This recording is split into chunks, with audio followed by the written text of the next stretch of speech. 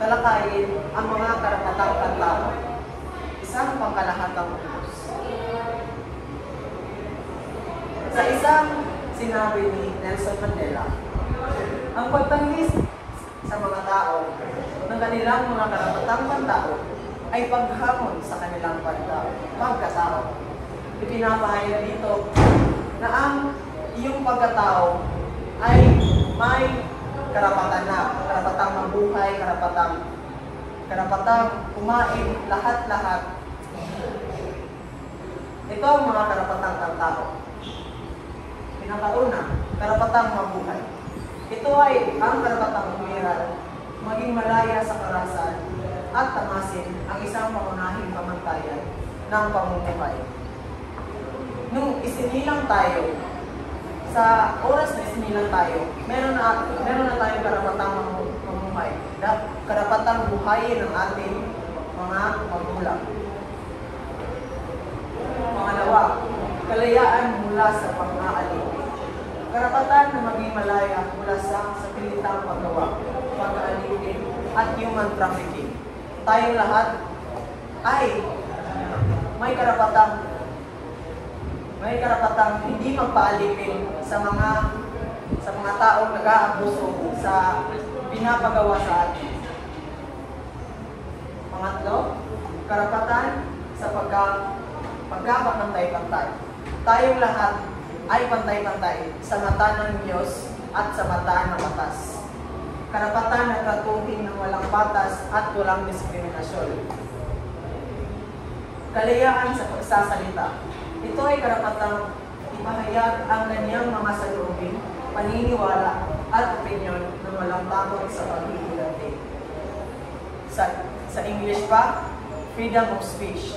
Tayong lahat ay may karapatang bumoses sa ating mga saloobin. Tayong lahat ay may karapatang maniwala sa ating sarili-sariling paniniwala. Panglima, karapatan sa pagkain. Ito ay hindi lamang tungkol sa pagkakaroon ng sapat na makakain, kundi tungkol din sa pagkakaroon ng access sa masustansya at angkop sa kulturang pagkain. Hindi lang sa ating buhay, hindi lang dapat tayo ay may sapat na kakainin. Ngunit ang ating mga pagkain ay nasa wasto at nasa tamang oras. Pang-anim, karapatan sa relihiyon. Ito ay karapatang magsagawa, sumamba at sumunod sa kanyang relihiyon o paniniwala ng walang panghihimasok ng gobyerno o ng iba. Kaya nga, iba ang estado ng pamahalaan at ang simbahan dahil ang simbahan ay hindi dapat mangingialam sa gobyerno at ang gobyerno ay hindi mangingialam sa relihiyon. So tayong mga tao ay may karapatang mamili ng ating relihiyon at mamili ng ano ang ating paniniwalaan. Pang-pito, karapatan sa edukasyon. Ito ang susi sa pagbukas ng mga pagkakataon at pagsasakatuparan ng buong potensyal ng isang tao. Tayong lahat, nung isinilang tayo, may nakaplano na dapat kung saan tayo i-enroll. Ano ang mga pagkain na ihahatid sa atin, sino ang magtuturo sa atin, at sino ang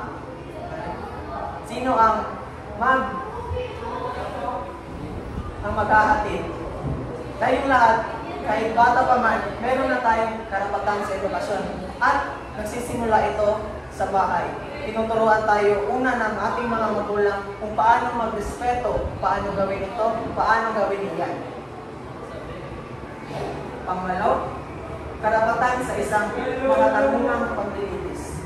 Nagsisiguro na ang bawat isa ay may karapatan sa isang patas at walang kinikilingan na pagdinig kapag nahaharap sa mga kasong kriminal o sibil na hindi pagkakaunawan.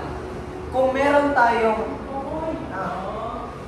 crime na na-commit, dapat tayo ay bumoses Kasi dahil may karapatan tayo sa isang makatarungang paglilitis, hindi yung dahil nakakommit ka ng isang pagkakamali o crime, ay ikukulong ka na agad.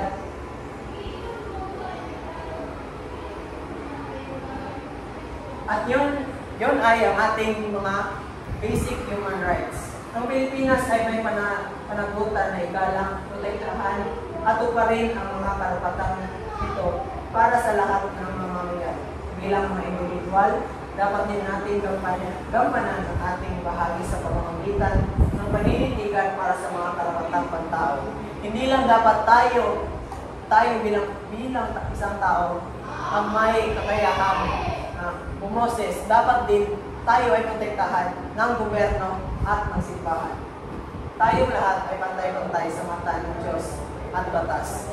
Yan ang mga karapatang pantao. Salamat.